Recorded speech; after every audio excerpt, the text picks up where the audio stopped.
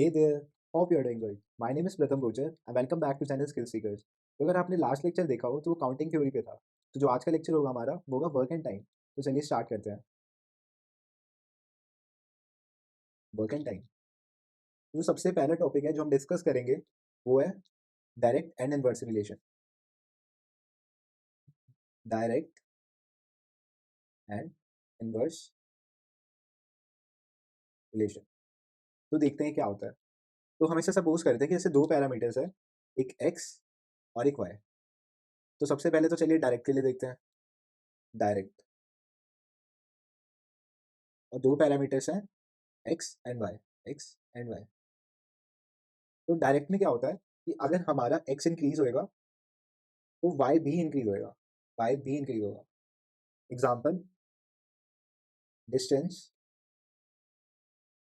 Versus time की बात करें, मतलब कम टाइम में आप कम डिस्टेंस ट्रेवल कर पाएंगे और ज़्यादा टाइम में ज़्यादा कर पाएंगे। चलिए देखते हैं इसका ग्राफ।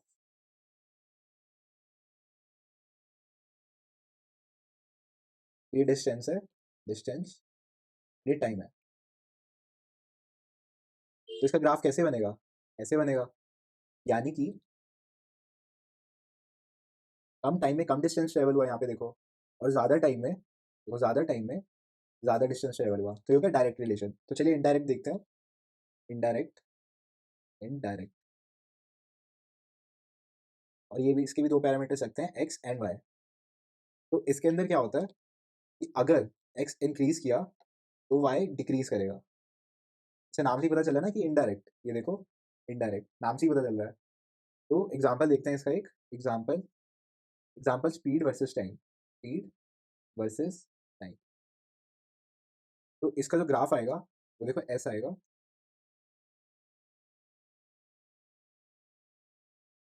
स्पीड और ये टाइम। तो अगर आपने ग्राफ देखो किसी भी इनवर्स फंक्शन का तो इसका देखो ऐसे आता है ग्राफ। एक सेकेंड, ऐसे। यानी कि यहाँ पे देखो, यहाँ पे, यानी कि जब टाइम, जब स्पीड ज़्यादा थी तो हमको डिस्टेंस पहुंचने में, कुछ पर्टिकुलर डिस्टेंस कवर करने में कम टाइम लगा। और यहाँ पे देखो, जब स्पीड कम थी, ये देखो यहाँ पे स्पीड कम है, यहाँ पे स्पीड कम थी तो पर्टिकुलर डिस्टेंस एक्स ट्रेवल करने के लिए हमें टाइम देखो ज़्यादा लगा। ये देखो, तो इन्वर्स रिलेशन हो गया। मतलब स्पीड ज़्यादा होगी तो टाइम कम लगेगा, और स्पीड कम होगी तो टाइम ज़्यादा लगेगा। तो चलिए आगे देखते हैं। तो आगे ना ये डायरेक्ट एंड इनवर्स के ऑपरेटर्स है। जैसे कि डायरेक्ट के केस में क्या होता है, एडिशन भी अलाउड होती है, सब्ट्रैक्शन भी अलाउड होती है, मल्टीप्लिकेशन भी और डिवीजन भी। But in case of inverse खाली दो अलाउड होते हैं, मल्टीप्लिकेशन और डिवीजन। देखो, मल्टीप्लिकेशन और डिवीजन। तो एग्जाम्पल लेते हैं ऐसा क्यों है। एग्जाम्पल, जैसे बजट की बात करें तो बजट क्या होता है? Budget equal to quantity, quantity into price. तो देखो, अगर हमारा बजट फिक्स है, फॉर एन एग्जांपल कि हमने डिसाइड कर रखा है कि एक मंथ में पेट्रोल पे हमने खाली 2000 स्पेंड करने हैं, तो बजट फिक्स है यहाँ पे, ठीक है। लेकिन मार्केट में क्या हुआ कि प्राइस इंक्रीज हो गया। जो प्राइस था वो इंक्रीज हो गया। अब प्राइस इंक्रीज हो गया तो क्वांटिटी तो अब कम ही मिलेगी हमें पर मंथ, क्योंकि हमारा बजट फिक्स है। तो क्या हुआ यहाँ पे, जैसे प्राइस इंक्रीज हो गया, यहाँ पे देखो, जैसे कि प्राइस इंक्रीज हो गया तो क्या होगा, हमको क्वांटिटी कम मिलेगी। जब हम क्वांटिटी कम परचेज कर पाएंगे क्योंकि हमारा बजट फिक्स है। तो यही कहना चाह रहा हूँ यहाँ पे, जैसे कि सोचो कि प्राइस एक एक्स फैक्टर से इंक्रीज हो गया। फॉर एन एग्जांपल, जैसे बजट था, बजट था, क्वांटिटी देखो, क्वांटिटी इनटू, और जो प्राइस था ना वो एक्स फैक्टर से इंक्रीज हो गया। मैं इसको यहाँ पे लिख देता हूँ। ये देखो, यहाँ पे देखो कि जो प्राइस था वो एक्स फैक्टर से इंक्रीज हो गया। देखो ना, एक्स मल्टीप्लाई हो गया। तो हमें बजट कांस्टेंट रखने के लिए क्या करना पड़ेगा, हमको यहाँ पे 1/x करना पड़ेगा मैथमेटिकली। मतलब हमें एक्स टाइम्स कम क्वांटिटी मिलेगी।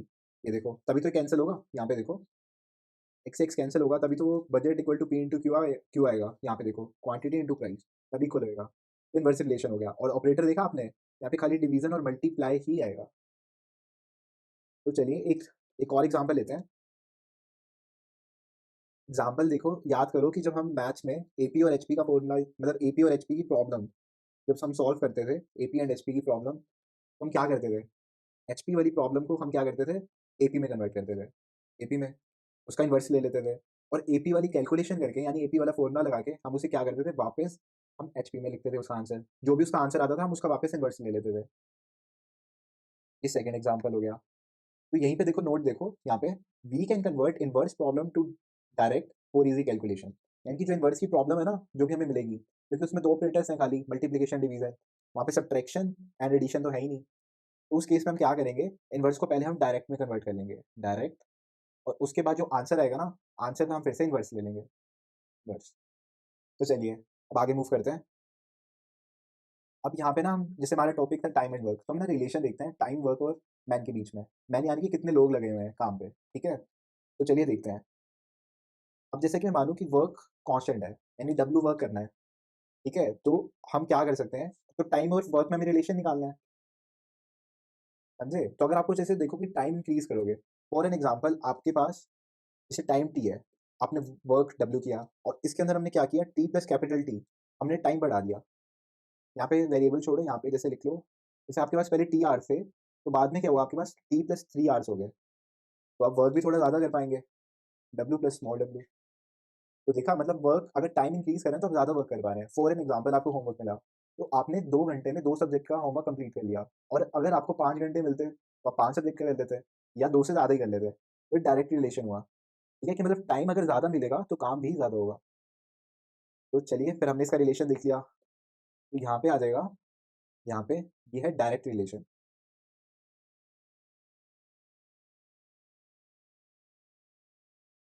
ये है डायरेक्ट रिलेशन, डायरेक्ट।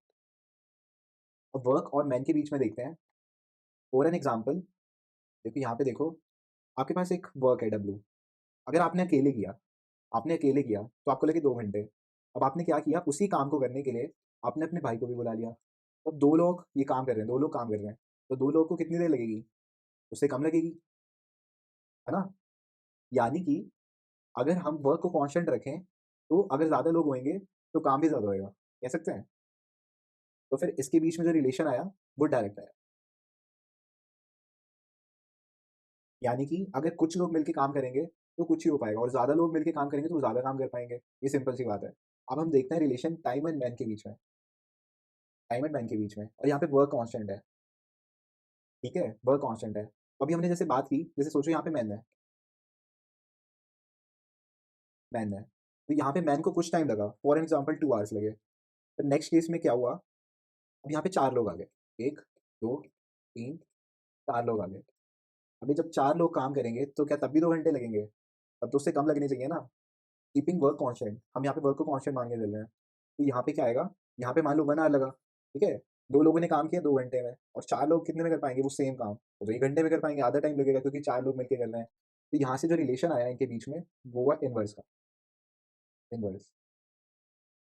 तो ना आप ये बिल हमेशा याद रखना कि टाइम और वर्क के बीच में डायरेक्ट रिलेशन होता है, वर्क और मैन में भी डायरेक्ट रिलेशन होता है, बट टाइम एंड मैन के केस में हमेशा हमेशा इनवर्स रिलेशन होता है, इनवर्स रिलेशन होता है। तो हमेशा याद रखना।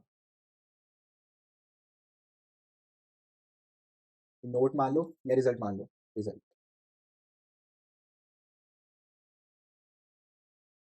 अब इसमें ना थोड़ी और डिस्कशन करते हैं। तो चलिए एक एग्ज़ाम्पल देखते हैं। एग्ज़ाम्पल जैसे कि एक पर्सन ए है और एक पर्सन बी है, ठीक है? उनके पास जो चॉकलेट्स हैं, वो कितनी हैं? ए के पास तो देखो 10 है और बी के पास जो है वो 20 है। ए के पास 10 चॉकलेट्स हैं और बी के पास 20 हैं। तो बताओ टोटल उनके पास कितनी है? टोटल कहेंगे 30 है और जो कि सही भी बात है, 30। और अगर हम बात करें कि उनको कुछ होमवर्क मिला हुआ था, फॉर एन एग्ज़ाम्पल उनकी वेकेशन चल रही थी, तो उन्हें होमवर्क मिला हुआ था। तो ए जो अपना काम है, वो 10 दिन में कंप्लीट कर लेता है, ठीक है? टाइम देखते हैं, टाइम फॉर होमवर्क कंप्लीशन। तो ए ने कितने में कर लिया? 10 डेज़ के अंदर, 10 डेज़। और बी जो था, वो थोड़ा-सा सुस्त था और उसने किया बी 20 डेज़ में, 20 डेज़, 20 दिनों में। 20 दिनों में उसने सारा हॉलिडेज़ होमवर्क कर लिया। ए ने 10 में किया और बी ने 20 में किया। तो आप बताओ कि अगर वो सेम वर्क होता, एक कंडीशन है यहाँ पे कि अगर वो सेम वर्क होता, same, same work, same work मतलब जितना मिला था ना उनको इंडिविजुअली, अब वो उतना ही काम तो उतना ही है, लेकिन उनको दोनों को मिलके करना है। तो उनका क्या आएगा, रिज़ल्ट क्या आएगा? मतलब वो कितने दिन में कर पाएँगे? तो ऐसा तो है नहीं कि 10 दिन प्लस 20 दिन इसका भी 30 आ जाएगा, ये तो गलत हो जाएगा, क्योंकि वो अकेला ही 10 दिन में कर रहा है और वो अकेला ही 20 दिन में कर रहा है। तो ये तो इनके कुछ बीच में आएगा ना, मतलब 10 से तो कम ही आएगा। ए मतलब जो इसका आंसर आएगा, वो 10 से कम आएगा, क्योंकि ए अकेला ही 10 दिन में कर लेता है। बी के साथ तो शायद 8 दिन या 7 दिन में कर पाएँ। तो चलिए देखते हैं कि क्या आएगा। तो जैसे कि ए है, उसको 10 दिन लगे और बी को 20 दिन लगे। तो यहाँ से क्या ये इन्वर्स रिलेशन प्रॉब्लम है। मैंने पीछे बताया था ना, ये देखो कि इसके अंदर एडिशन और सब्ट्रैक्शन नहीं कर सकते इन्वर्स के में। और जैसे आपको ये तो समझ ही गए कि इन्वर्स प्रॉब्लम है ये, है ना? तभी तो हमने डायरेक्ट ऐड नहीं किया। तो बस इतना सी समझाना था मुझे कि इन्वर्स रिलेशन प्रॉब्लम है, इसमें डायरेक्ट ऐड नहीं कर सकते। सब्ट्रैक्शन, एडिशन अलाउड नहीं होता। तो यानी कि इन्वर्स की प्रॉब्लम है। यहाँ पे लिखो इन्वर्स प्रॉब्लम, इन्वर्स प्रॉब्लम। तो इन्वर्स प्रॉब्लम है, तो हमने क्या कहा था? इन्वर्स प्रॉब्लम को हम पहले डायरेक्ट में कन्वर्ट करेंगे, राइट? तो इन्वर्स प्रॉब्लम है, ये देखो इन्वर्स। हम इसको पहले डायरेक्ट में कन्वर्ट करेंगे और इन्वर्स को डायरेक्ट में कन्वर्ट करने के लिए हम इसका रेसिप्रोकल लेंगे। तो देखो यहाँ पे, तो ए 10 दिन में कर रहा है, तो ए का अगर हम 1 दिन का निकालें तो कितना हो जाएगा? 1/10। और बी का ही ऐसे निकाले 1 दिन का, तो हो जाएगा 1/20। अब ये देखो डायरेक्ट रिलेशन प्रॉब्लम बन गई, डायरेक्ट रिलेशन प्रॉब्लम, ठीक है? अभी जो बन गई, यहाँ पे देखो, ये बन गई डायरेक्ट। तो अब हम क्या करेंगे? आगे देखो, हमको क्या निकालना है? A and B. जब ए एंड बी मिलके काम करेंगे, तो फिर क्या होएगा? 1/10 प्लस 1/20, इतना काम आ जाएगा ना उनका 1 दिन का। जैसे कि वो 1 दिन में, देखो यहाँ पे देखो, 1 दिन में ए 1/10 काम करता था और बी 1/20 काम करता था 1 दिन में। तो 1 दिन में दोनों कितना करते होंगे मिलके? 1/10 प्लस 1/20, और यही हमने किया है। तो इसको सॉल्व करो, ये क्या आ जाएगा यहाँ पे? 20, इसका एलसीएम आ गया, और ये 2 plus 1 which is equal to 3/20, 3/20, ठीक है? तो ये तो लेकिन 1 दिन का आ गया। तो इसको पूरा, मतलब पूरा वर्क खत्म करने के लिए क्या होगा? हम इसका रेसिप्रोकल ले लेंगे, इसका वापस से इन्वर्स में ले आएँगे। क्या थी ये प्रॉब्लम? ये तो डायरेक्ट में थी ना, डायरेक्ट में। लेकिन हमसे क्या क्वेश्चन पूछा गया था? वो इन्वर्स प्रॉब्लम का था, इन्वर्स। तो हम अब इसका वापस रेसिप्रोकल ले लेंगे, यानी कि इन्वर्स कर देंगे 20/3। इसका आंसर आ जाएगा 20/3 व्हिच इज़ इक्वल टू 6.6 बार, 6.666, ठीक है? ये इसका आंसर आ जाएगा। तो मतलब 6.6 बार डेज़ में वो दोनों मिलके सारा होमवर्क कंप्लीट कर देंगे। होमवर्क कंप्लीट, ये डेज़ आ गए। मतलब समझे हमने क्या किया? मैं समराइज़ करवा देता हूँ। ए अकेला 10 दिन में कर लेता था, बी अकेला 20 डेज़ में कर लेता था। और देखो यहाँ से 1/10 वो 1 दिन का आ गया, हम इसको डायरेक्ट में कन्वर्ट कर लिया, और बी का भी 1/20 आ गया, तो ए एंड बी मिलके कितने में कर लेते थे? 1/10 प्लस 1/20, ठीक है? तो अगर इनको हम सॉल्व करेंगे तो 3/20, तो ये हमने 1 दिन का निकाला था। ऐसा कह सकते हैं कि 1 दिन का निकाला था। और यहाँ पे भी तो देखो, जैसे हमने 1 दिन का निकाला था, ये हमें टोटल दिया हुआ था और हमने 1 दिन का निकाला कैसे? इन्वर्स करके। तो वापस करने के लिए इसको पूरे में डालने के हम वापस इन्वर्स करेंगे। तो बस हमने वही किया, तो आंसर आ जाएगा 6.6 बार। तो चलिए एक और फिर से यही सेम क्वेश्चन बताता हूँ। हो सकता है कि आपको गलत लग रहा हो, लेकिन मैथमेटिकली पूरा देखते हैं इसको। जैसे कि ए को क्या लग रहा था? ए को 10 डेज़ लग रहे थे, है ना? बी को क्या लग रहा था? बी को 20 डेज़ लग रहे थे। ए को 10, बी को 20। तो 1 दिन का अगर हम निकालें और लेट कर लेते हैं, सपोज़ जो काम था वो डब्ल्यू था, डब्ल्यू। तो डब्ल्यू काम था। तो अब इनका 1 डे का निकालें, 1 day of A. 1 day of A कितना आ गया? 1/10। अब 1 डे ऑफ बी निकालें, तो ये आ जाएगा 1/20, ठीक है? 1/20, 1/20, और हमने यहाँ पे डब्ल्यू सपोज़ भी कर रखा है, यानी कि डब्ल्यू, तो फिर डब्ल्यू आ जाएगा, W/10 और ये W/20। मतलब वो 1 दिन में इतने काम कर लेते थे दोनों। इसको फिर से लिख देते हैं, ये W/10 और यहाँ पे W/20, ठीक है? तो अगर मैंने अब ए एंड बी का दोनों का निकालना है, ए एंड बी के डेज़ निकालने हैं, डेज़, तो क्या आएगा? देखो डब्ल्यू टोटल काम है, ठीक है? और ये 1 दिन में कितना कर पाते हैं? 1 दिन में कर पाते हैं, इसका एडिशन कर देंगे। ये देखो एडिशन, W/10 प्लस W/20, तो ये देखो ये आ जाएगा W/10 प्लस W/20, और यहाँ से W, W, W कैंसल हो गया, तो ये आ जाएगा 1/, नीचे एलसीएम ले लो 20, यहाँ पर आ गया 2 + 1 3। तो इसको सॉल्व करेंगे तो आ जाएगा 20/3 which is equal to 6.6 bar answer. तो देखा, पीछे भी तो यही आया था। तो हम इसको ऐसे ही कह सकते हैं कि इन्वर्स प्रॉब्लम है, और इसको हम पहले डायरेक्ट में कन्वर्ट करेंगे। डायरेक्ट का जो आंसर आएगा, ये देखो जो डायरेक्ट का आंसर आएगा, फिर हम उसका फिर से इन्वर्स ले लेंगे, वापस इन्वर्स में आ जाएगा, जैसे एपी एंड एचपी में करते थे, अरिथमेटिक प्रोग्रेशन, हार्मोनिक प्रोग्रेशन। तो चलिए नेक्स्ट देखते हैं। तो नेक्स्ट क्वेश्चन ये ट्राई करके देखो ये भी वैसे ही है 20 और 30 वाला। तो चलिए देखते हैं इसका सॉल्यूशन जल्दी से करेंगे अब। ठीक है, अब इतना बड़ा नहीं करके देखेंगे डब्ल्यू डब्ल्यू, मैंने डायरेक्ट कहा ना कि ये इन्वर्स प्रॉब्लम है, इसको डायरेक्ट में करेंगे। तो इसका क्या आ जाएगा, आ जाएगा 1/20, और इसका क्या आ जाएगा 1/30। तो जब ए एंड बी मिलके करेंगे तो ये आ जाएगा 1/20 प्लस 1/30। अगर हम इसको सॉल्व करेंगे तो आ जाएगा 60 एलसीएम, और यहाँ पे आ जाएगा, यहाँ पे देखो, यहाँ पे 3 आ जाएगा और यहाँ पे 2 आ जाएगा, तो ये आ जाएगा 5/60, 5/60।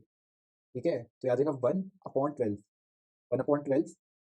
और हमने अभी प्रॉब्लम डायरेक्ट में सॉल्व की है, अब इसको वापस इन्वर्स में लाएंगे क्योंकि इन्वर्स की प्रॉब्लम थी, तो इसका रेसिप्रोकल लेंगे तो आ जाएगा 12 डेज। तो 12 डेज ही इसका आंसर है, आंसर, आंसर। तो चलिए अब नेक्स्ट क्वेश्चन पे मूव करते हैं। ये क्वेश्चन दे रखा है हमने, तो थ्योरी कंप्लीट होगी, अब क्वेश्चन करते हैं, इतना ही है इसमें। If A and B together can complete a work in 40 days, whereas A alone in 60 days, then B alone can complete that work in how many days? तो इसका चलो सॉल्यूशन देखते हैं। सॉल्यूशन, तो देखो इसमें क्या कह रहा है हमसे, ए और बी है जो मिलके, जो ए और बी है वो मिलके काम कर सकते हैं 40 डेज में। ठीक है, where is A alone in 60 days, तो हमें बी का निकालना है। तो यहाँ से देखो A and B, A and B का आ गया 1/40, और ए का क्या आ जाएगा 1/60। तो हमें जब बी का निकालना है, तो बी का क्या होगा 1/40 माइनस 1/60। तो अगर हम इसको सॉल्व करेंगे तो इसका एलसीएम तो 120 आ जाएगा, 120, और यहाँ पे आ जाएगा 3, और यहाँ पे आ जाएगा 2, विच इज इक्वल टू 1/120। तो ये तो देखो डायरेक्ट में आया है, लेकिन प्रॉब्लम किसकी थी, तो फिर तो डायरेक्ट में आया है लेकिन प्रॉब्लम किसकी थी, प्रॉब्लम तो इन्वर्स की थी, तो फिर इसका रेसिप्रोकल ले लेंगे, which is equal to 120 days. यानी कि जो बी अकेला काम करता था 120 दिन में। ठीक है, तो कंक्लूजन क्या था कि ए और बी मिलकर 40 दिन में करते हैं, ए 60 दिन में करता था और बी 120 दिन में वो सेम काम करता था। चलिए अब नेक्स्ट क्वेश्चन देखते हैं। तो नेक्स्ट क्वेश्चन में हमसे कह रहा है A can do a work in 10 days whereas B in 20 days, यानी कि ए 10 दिन में काम कर लेता था कंप्लीट और बी 20 डेज में। फिर आगे बोले दे started working on alternate days, जैसे कि first day A second day B, यानी कि वो एक एक दिन छोड़ के काम करते थे, जैसे कि पहले दिन ए ने किया, दूसरे दिन बी करेगा, और तीसरे दिन ए करेगा, and so on. Then in how many days the total work would be completed, यानी कि वो एक एक दिन छोड़ के काम कर रहे हैं, तो हमें ये बताना है कि वो पूरा जो काम है वो कितने दिन में खत्म होगा। तो चलिए देखते हैं इसका सॉल्यूशन। तो सॉल्यूशन जैसे कि ए जो काम करेगा, जैसे ए 10 डेज ले रहा था, यहाँ पे देखो ए 10 डेज, तो ए फिर कितना काम करता होगा एक दिन में 1/10, 1/10। और बी ऐसे कितना करता होगा, बी करता होगा 1/20, क्योंकि बी का 20 डेज है, यहाँ पे देखो 1/20। तो जब ए एंड बी मिलके काम करते होंगे, ए एंड बी जब मिलके काम करते होंगे तो कितना करते होंगे 1/10 प्लस 1/20। अगर हम इसको सॉल्व करेंगे तो क्या आएगा 20 एलसीएम आ जाएगा, और ऊपर देखो क्या आएगा, यहाँ पे 2 आ जाएगा और यहाँ पे 1 आ जाएगा, 2+1, 2+1, विच इज इक्वल टू 3/20। तो यानी कि हम ऐसे कह सकते हैं ए एंड बी इन 1 डे जो काम करते हैं वो किसके इक्वल है 3/20। ठीक है, यानी कि अगर देखो कि 20 पार्ट्स ऑफ काम है, 20 पार्ट्स ऑफ काम है, अगर यूं मान के चलो कि 20 काम करने थे, तब पार्ट्स में डिवाइड कर लो इसे प्रॉब्लम को, कि सोचो कि 20 काम करने थे छोटे छोटे, वो एक बड़ा काम था, और उसने छोटे छोटे 3 काम कर लिए, मतलब 20 में से 3 कर लिए, तो टोटल तो 20 में से 20 करने पड़ेंगे, तभी तो काम कंप्लीट होएगा। ठीक है, तो देखो ये इन 1 डे नहीं, यहाँ पे इन 2 डेज आएगा। एक सेकेंड, हाँ जैसे देखो इन 1 डे ईच, 1 डे ईच, तो टोटल कितना हो गया, मतलब एक तो इसका हो गया 1 डे, और एक इसका हो गया 1 डे, 1 डे तो क्या हो गया 1+1 2, मतलब 2 डेज में, मतलब समझ गए ना 1 डे ईच, यानी कि एक डे दोनों का मिला के, यानी कि 2 डेज हो जाएगा टोटल, मतलब 2 दिन में टोटल इतना काम हुआ 3/20। तो अब देखो हमको क्या करना है, इसका पूरा काम करवाना है 20/20। हमको क्या करना पड़ेगा, अगर हम देखो यहाँ पे 7 से मल्टीप्लाई करें, क्योंकि यहाँ पे देखो अगर हम यहाँ पे 7 से मल्टीप्लाई करें तो यहाँ पे क्या आ जाएगा 14 डेज इक्वल टू 21/20, ये तो ज़्यादा काम हो गया, तो यानी कि हमें इसे 6 से मल्टीप्लाई करना पड़ेगा, राइट। तो चलिए 6 से मल्टीप्लाई करते हैं, यहाँ पे थोड़ा सा इसको इधर कर लेते हैं। अब देखो यहाँ पे, अब हम क्या करते हैं मल्टीप्लाई करते हैं इसको 6 से, तो क्या आ जाएगा देखो यहाँ पे, ये आ जाएगा कि 12 डेज़ में 1 सेकंड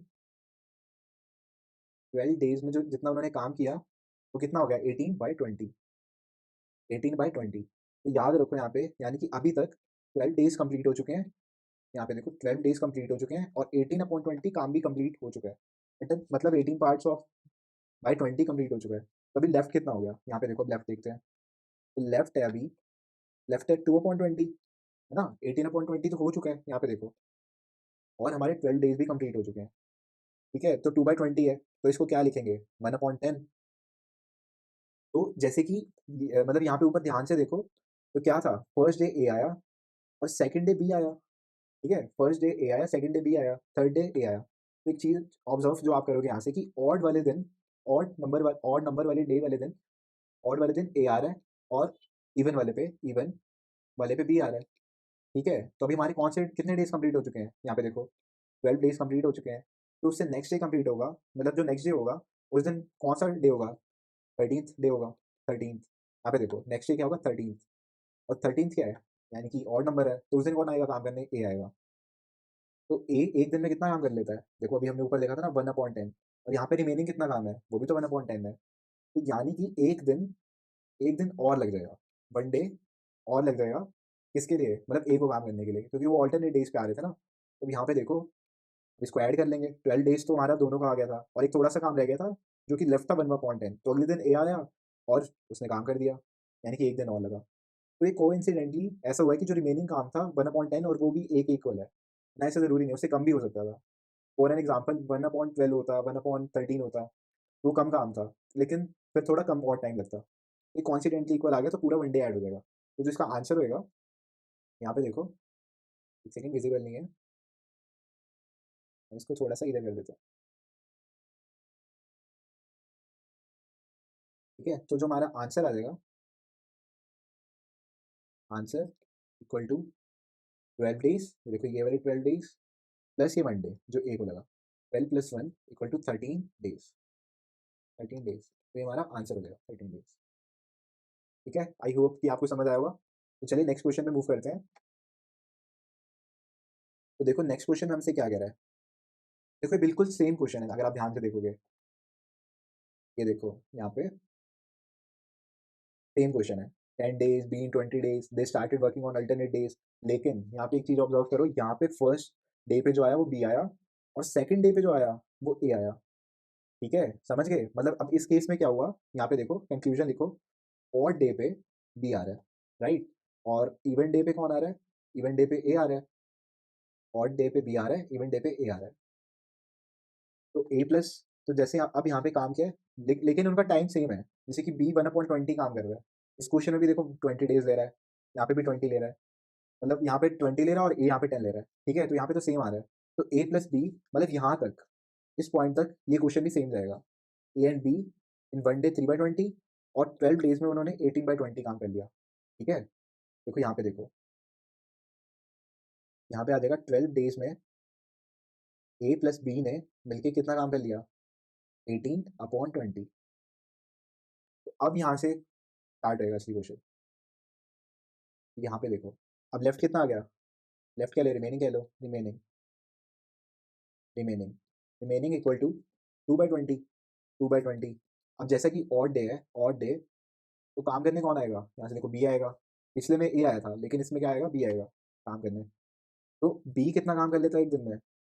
बी कर लेता है देखो यहाँ पे 1/20 और ए कितना कर लेता है? ए कर लेता है 1/10 ए कितना कर लेता है? 1/10 तो अगर हम देखें 1/10 यहाँ पे आ जाएगा 1/20 बी के केस में क्योंकि बी आएगा उस दिन काम करने, ठीक है? तो बी तो अपना काम करके चला जाएगा। बी काम करके कितना चला गया? जैसे 2/20 था यहाँ पे देखो, रिमेनिंग कितना था? 2/20 और 12 डेज़ हो चुके हैं 2/20 तो 2/20 माइनस 1/20 यानी कि +1 डे। यहाँ पे मैंने क्या किया? +1 डे जो कि बी के पास है, जो बी आया 13th डे 13th डे यहाँ पे लिख भी देते हैं 13th डे 13th डे कौन आया? बी आया, 1 दिन और लगा और अब रिमेनिंग निकालो यहाँ से देखो, रिमेनिंग कितना आ गया? 1/20 ठीक है? मतलब 13th डे भी कंप्लीट हो गया लेकिन अभी भी रिमेनिंग है ये, रिमेनिंग दोबारा। ठीक है, तो अब कितना होगा रिमेनिंग 1/20, अब होगा मतलब इवन डे, यानी कि 14th डे। यहाँ पे देखो 14th डे जो कि इवन है, उस दिन कौन आएगा? ए आएगा काम करने, और वो कितना कर लेता है एक दिन में?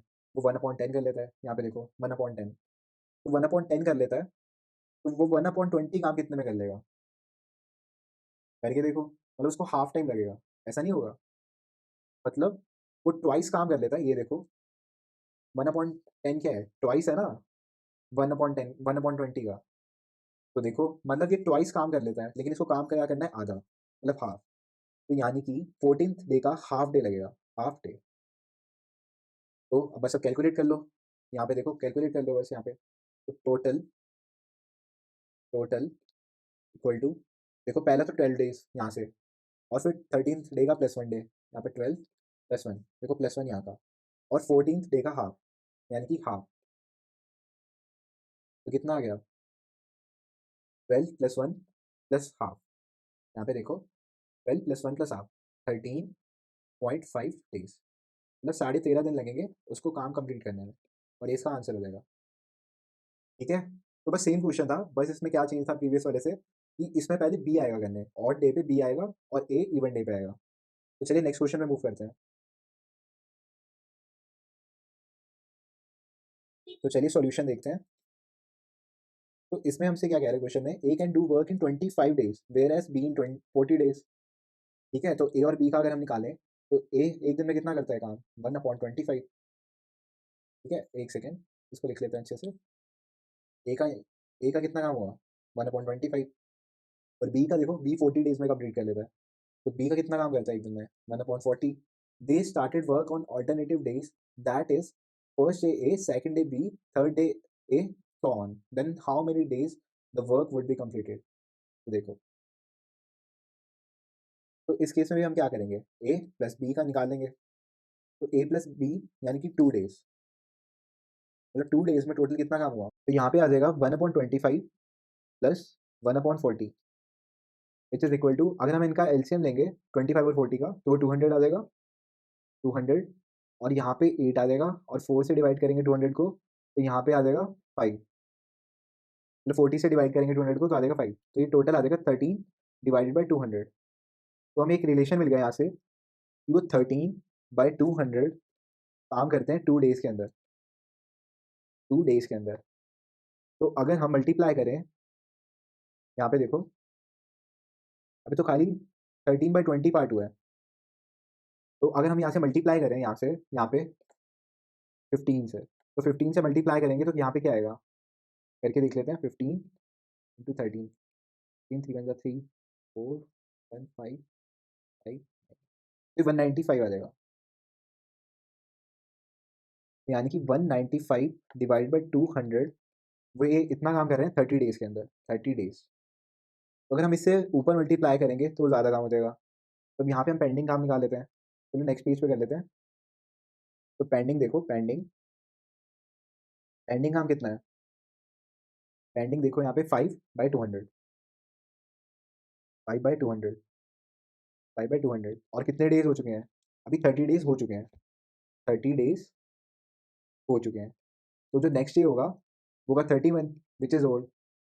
और ऑड के केस में कौन आ रहा है? यहाँ पे देखो, फर्स्ट डे ए आया था, यानी ऑड पे हमेशा ए आता है, ऑड डे पे वर्क करने हमेशा ए आता है। तो देखो अब यहाँ पे, तो अब ए जब काम पे आएगा, तो इसे कितना काम करना है? 5/200। देखो यहाँ पे पेंडिंग है जो 5/200। तो ए का अगर हम बात करें, हम ए की बात करें, तो डब्लू वर्क कितने दिन में करता था? यहाँ देखो पीछे देखो 25 डेज में, यानी कि ए डब्लू वर्क 25 डेज में करता था, 25 डेज। तो डब्लू 5/200 ऑफ वर्क कितने डेज में करेगा? 25 × 5 डिवाइड बाई 200, कितने डेज में तो करेगा? तो यहाँ पे आ जाएगा 125 डिवाइडेड बाई 200। तो अगर हम इसको 25 से कैंसिल करें, तो यहाँ पे तो 5 आ जाएगा, और नीचे आ जाएगा 8 आ जाएगा, नीचे 8, तो आ जाएगा 5 डिवाइडेड बाई 8।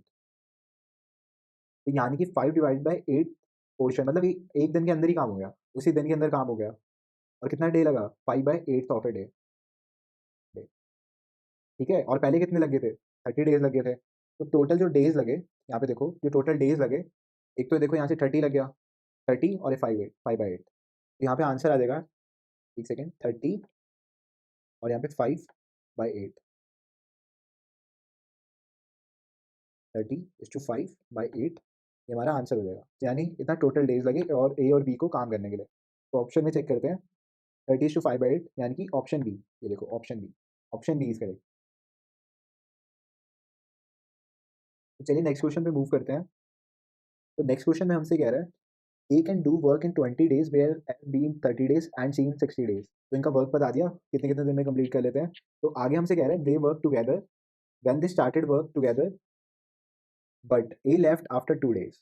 मतलब उन्होंने इकट्ठे काम करना स्टार्ट किया और जो ए था ना उसने 2 दिन में काम छोड़ दिया। यानी कि 2 दिन के बाद, यानी कि थर्ड डे और इससे आगे वाले दिन खाली बी आए और सी आए। और उसके बाद देखो, be left 3 days before the work got completed. यानी कि वर्क एग्जाम्पल की जैसे 60 डेज में कंप्लीट हुआ वर्क, तो 3 दिन पहले बी छोड़ गया था, मतलब 57th डे पे वो छोड़ गया था काम। तो फिर लास्ट के 3 दिन खाली सी करना है, ठीक है। The total work was done in how many days, ये हमें कैलकुलेट करना है। तो चलिए देखते हैं सॉल्यूशन इसका। तो यहाँ पे देख लो, पहले ए का तो हमने काम देखा कितना था, 1/20 एक दिन का। बी का कितना आया, 1/30। और ऐसे सी का निकालेंगे विच इज इक्वल टू 1/60। ये देखो यहाँ से 1/60। तो इसके लिए हम क्या करते हैं, ये बनाते हैं कि जैसे कि ये उनका यहाँ पे काम स्टार्ट हुआ था, मानो कि यहाँ पे दे स्टार्टेड, तो उन्होंने स्टार्ट किया तो क्या हुआ, ए कितने दिन आया था क्वेश्चन में देखो यहाँ पे, 2 डेज। ए लेफ्ट आफ्टर टू डेज। तो 2 दिन क्या हुआ, 2 दिन ऐसी कंडीशन थी, कह सकते हैं 2 डेज, देखो यहाँ पे 2 डेज ऐसी कंडीशन थी कि ए ने भी काम किया, बी ने भी किया और सी ने भी किया। और अब आगे देखो यहाँ पे, ठीक है, be left 3 days before the work got completed, यानी कि 3 दिन पहले, 3 दिन पहले, 3 दिन पहले, यानी कि खाली सी ने काम किया, ठीक है, क्योंकि बी छोड़ गया था 3 दिन पहले ही। देखो यहाँ पे कंप्लीटेड, यहाँ पे देखो 2 चीज़ें लिखो, यहाँ पे स्टार्टेड और यहाँ पे कंप्लीटेड, एक सेकेंड, हाँ, और यहाँ पे वर्क गॉट कंप्लीटेड, कंप्लीटेड। तो जो ये पोर्शन है बीच वाला, तो यहाँ पे क्या था, बी ने भी काम किया था और सी ने भी काम किया था, और हमें क्या निकालना है, इन हाउ मेनी डेज। तो यहाँ पे 3 डेज लगे थे, यहाँ पे देखो यहाँ पे 3 डेज लगे थे। तो पूरा लिख लेते हैं अच्छे से, यहाँ पे 3 डेज, एक सेकेंड रेस कर लेते हैं।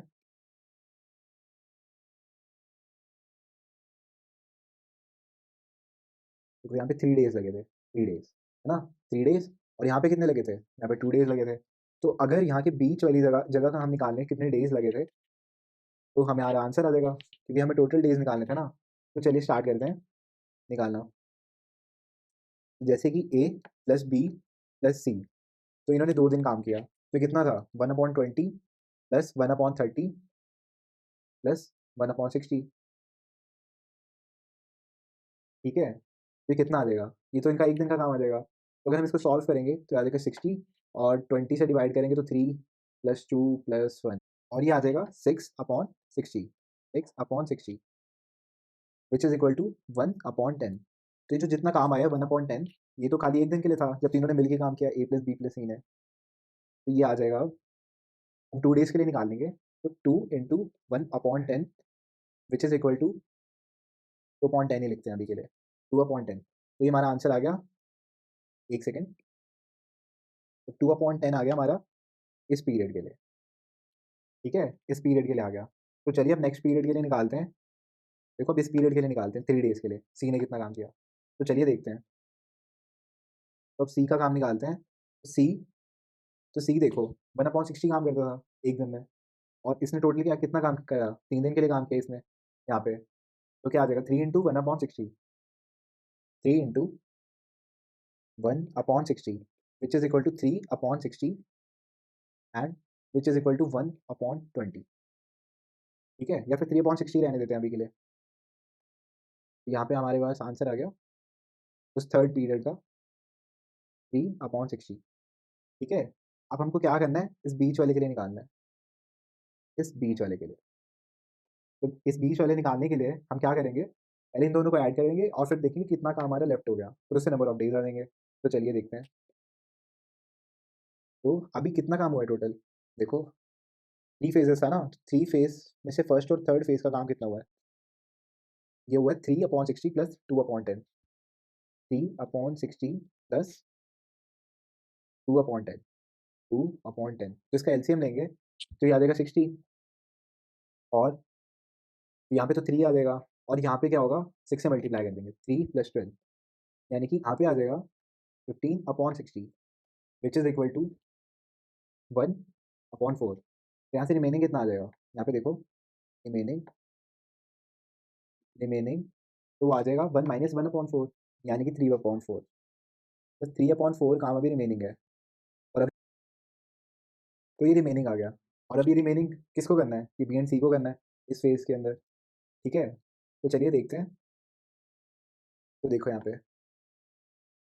तो यहाँ पे देखो बी एंड सी, अब निकालते हैं बी एंड सी मिलके कितना काम करते थे, बी एंड सी, तो बी एंड सी मिलके कितना काम करते थे, एक तो 1/30 प्लस 1/60, यानी कितना काम करते थे, 1/30 प्लस 1/60। तो अगर हम इसको सॉल्व करेंगे, एलसीएम लेंगे, तो आ जाएगा 60, और ऊपर आ जाएगा यहाँ पे 2 + 1, आ जाएगा 3/60, विच इज इक्वल टू 1/20।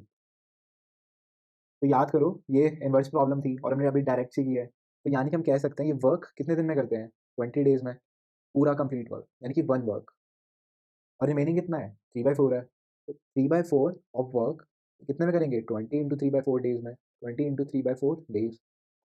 तो यहाँ पे अगर देखें, इसे कैंसिल करेंगे तो आ जाएगा 5, यानी कि 15 डेज, ठीक है। तो यानी कि बी एंड सी ने जो सेकंड फेज में काम किया था, देखो 1 का तो ये रहा, 1 और 3 का तो हमने निकाल लिया था, और आपने सेकंड का निकाला, बी एंड सी ने कितना किया, 15 डेज, हाँ, सेकंड फेज में। तो चलिए देखते हैं, ए फर्स्ट फेज था, उसमें 2 दिन काम हुआ, और लास्ट में 3 दिन हुआ, और इस फेज का हमने निकाल लिया 15।